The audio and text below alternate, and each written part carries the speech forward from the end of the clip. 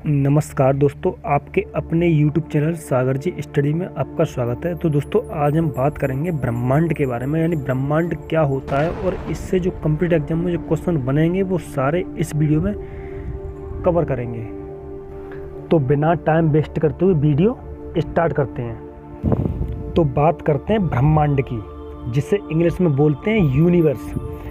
अब इसके अध्ययन की बात करते हैं तो इसका अध्ययन जो होता है उसे कहते हैं कॉस्मोलॉजी। दोस्तों, जो जितने भी लॉजी होते हैं, आप उसकी अगर सभी को जानना चाहते हैं तो डिस्क्रिप्शन में हमने लिंक दे दिया है।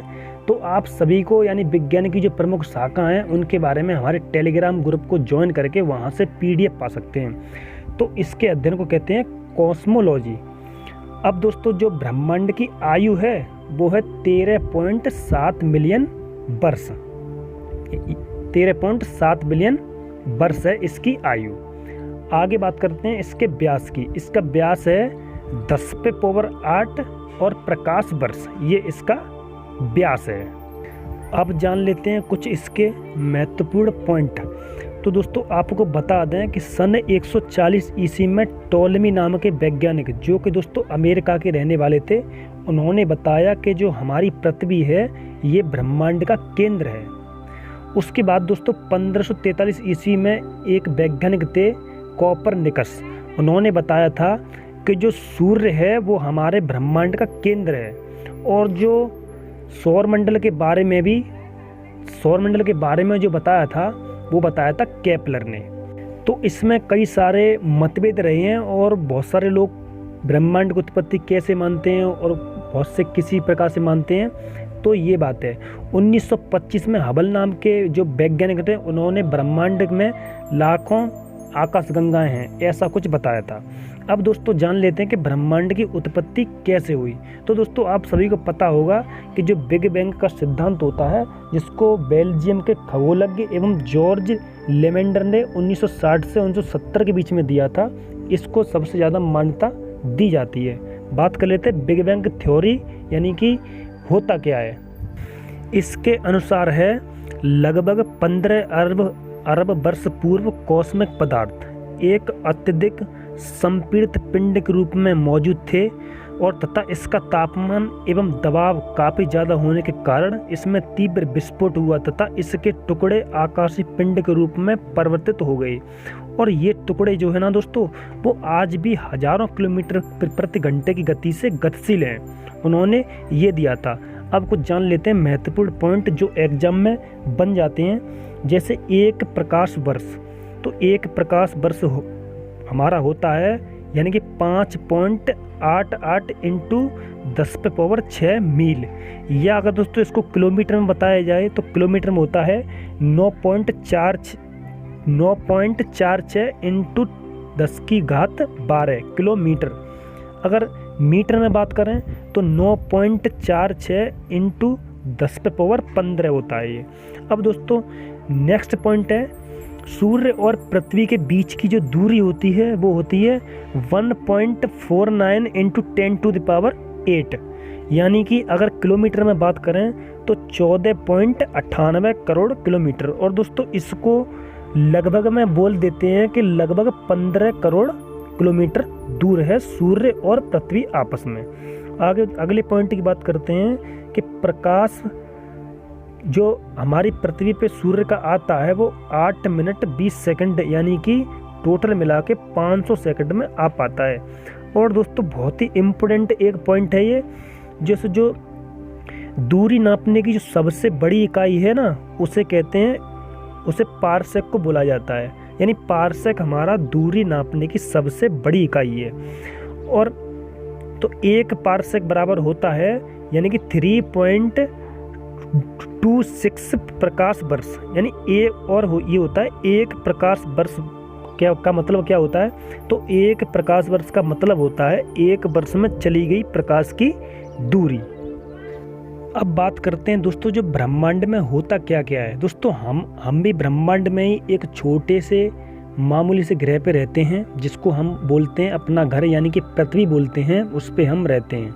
तो ब्रह्मांड में इसके अलावा और भी बहुत कुछ होता है। वो क्या क्या होता है वो आप जानने वाले हैं सभी। तो दोस्तों, बात करते हैं आकाशीय पिंड। जो दोस्तों इसमें बहुत सारे आते हैं, आकाशगंगा वगैरह और जो ग्रह उपग्रह और इसमें जो तारामंडल वगैरह इसमें आते हैं। तो दोस्तों आकाशगंगा होती है, आकाशगंगा क्या होती है, तो ये होता है, यह तारों का एक विशाल समूह होता है जिसमें लगभग 1 लाख मिलियन इसमें तारे पाए जाते हैं। 1 लाख मिलियन का मतलब होता है 10⁻11, या इसको हम ऐसे भी लिख सकते हैं। आगे बात करते हैं दोस्तों, आकाश गंगाओं की कुल संख्या जो हमारे ब्रह्मांड में पाई जाती है वो होती है 10,000 मिलियन के लगभग। इसको हम 10⁻10 के रूप में लिखते हैं। अब दोस्तों आकाश गंगाएं कितने प्रकार की होती हैं, तो आकाश गंगा हमारे होती हैं 3 प्रकार की। एक होती है सर्पिलाकार, दूसरी होती है दीर्घाकार और तीसरी होती है अनियमिताकार। तो दोस्तों जो हम रहते हैं वो आती है सर्पिलाकार में, और इसी को ज़्यादा इम्पोर्टेंट समझा जाता है। तो सर्पिलाकार पर ही हम रहते हैं। जो हमारी मिल्की वे गैलेक्सी है जिस पे हम रहते हैं, तो वो दोस्तों सर्पिलाकार में आती है। अब थोड़ा थोड़ा इनके बारे में तीनों के बारे में जान लेते हैं। तो सर्पिलाकार जो दोस्तों होती है वो केंद्र में तारों को अधिक जमाव और तथा प्राचीन तारे केंद्र के निकट पाए जाते हैं। किसमें दोस्तों, सर्पिलाकार जो गैलेक्सी होती है उसमें। और इसके दोस्तों उदाहरण की बात करें तो एंड्रोमेडा और ऐरावत पथ जिसमें हम रहते हैं, जिसे हम मिल्की वे गैलेक्सी बोलते हैं। आगे बात करते हैं दोस्तों दीर्घाकार की। तो दीर्घाकार में जो आते हैं वो सबसे, इसमें दोस्तों सभी प्राचीन तारे पाए जाते हैं, और ये लगभग जो कुल गैलेक्सी होती है उसके 2/3 होता है, इसमें तारे पाए जाते हैं। आगे बात करते हैं अनियमिताकार। तो ये दोस्तों नवीन तारों की बनी होती है, और ये यानी कुल गैलेक्सियों का 1/10 भाग होता है। आगे बात करते हैं हमारी आकाशगंगा, जिसको हम ऐरावत पथ की 2 निकटतम आकाशगंगा हैं, यानी कि जो हमारी आकाशगंगा है उसकी 2 निकटतम आकाशगंगाएं हैं। वो कौन कौन सी हैं, वो है वृहत मैगलेनिक मेघ और दूसरी है लघु मैगलेनिक मेघ। अब दोस्तों सबसे पहले एक बात और जान लेते हैं कि आकाश गंगाओं को सबसे पहले देखा किसने था। तो आपको दोस्तों बता दें कि आकाश गंगाओं को जो सबसे पहले देखा था वो गैलीलियो ने देखा था। अब बात करते हैं तारामंडल के बारे में। तो तारामंडल दोस्तों आधुनिक समय में 89 तारामंडल हैं, जिसमें आपका हाइड्रा सबसे बड़ा तारामंडल है। इसके अलावा क्वेसर होता है। तो ये इसे जान लेते हैं, ये क्वेसर क्या होती हैं। ये दोस्तों ये अधिक चमकीले होते हैं और ये सबसे ज़्यादा ऊर्जा यानी रिलीज करते हैं, और इनकी खोज जो 1992 ईस्वी में करी गई थी, और आकार में ये आकाश गंगाओं से छोटे होते हैं। अब दोस्तों बात करते हैं राशियों की, जिन्हें इंग्लिश में कहते हैं ज़ोडिएक सिंग्स। तो दोस्तों सूर्य की परिक्रमा करते समय पृथ्वी 12 नक्षत्र समूह से गुजरती है, जिन्हें दोस्तों राशियां कहते हैं। और ये राशियां आपको पता होगा, मेष, वृष, मिथुन और कर्क, सिंह, कन्या और तुला, वृश्चिक, धनु, मकर, कुंभ, मीन, ये राशियां होती हैं। तो दोस्तों अब बात कर लें कुछ इम्पोर्टेंट पॉइंट के बारे में। तो दोस्तों आपको बता दें कि जो ब्रह्मांड में सर्वाधिक प्रचुर मात्रा में पाया जाने वाला तत्व है वो है दोस्तों हाइड्रोजन। और दूसरे नंबर की बात करें तो दूसरे नंबर पे आता है हीलियम। और एक इम्पोर्टेंट पॉइंट दोबारा बताते हैं हम आपको, हमारी पृथ्वी तथा सौरमंडल जिसमें हम रहते हैं, ठीक है दोस्तों, और जिसमें हमारी पृथ्वी आती है और जिसमें हमारा घर आता है, उस आकाशगंगा को दुग्ध मेखला के नाम से जाना जाता है, यानी कि उसे मिल्की वे गैलेक्सी के नाम से हम जानते हैं। आगे बात करते हैं वायुमंडल। तो वायुमंडल दोस्तों क्या होता है, जल, बाष्प तथा गैस एवं धूलकण के वे आवरण जो पृथ्वी को चारों ओर से सैकड़ों किलोमीटर तक बाहरी भाग को ढके रहते हैं, उसे हम वायुमंडल कहते हैं। और दोस्तों वायुमंडल में आपका क्या क्या पाया जाता है वो भी जान लेते हैं। तो वायुमंडल दोस्तों नाइट्रोजन पाई जाती है 78% और ऑक्सीजन पाई जाती है 21%, और जो कार्बन डाइऑक्साइड तथा अन्य गैसें की मात्रा वायुमंडल में 1% होती है। बात करते हैं आगे। तो आगे दोस्तों बात करते हैं अंतरिक्ष की। वायुमंडल का वह भाग जो पृथ्वी के वायुमंडल सीमा से बाहर है अंतरिक्ष कहलाता है। आगे बात करते हैं दोस्तों ग्रह। अब ग्रह क्या होते हैं? तो ग्रह दोस्तों होते हैं तारों की परिक्रमा करने वाले प्रकाश रहित आकाशीय पिंड होते हैं। ये तारों के प्रकाश से प्रकाशित होते हैं, क्योंकि दोस्तों ग्रहों पर अपना खुद का प्रकाश नहीं होता, ये तारों के प्रकाश से चमकते हैं, जैसे कि हमारी पृथ्वी। अब आगे बात करते हैं दोस्तों उपग्रह।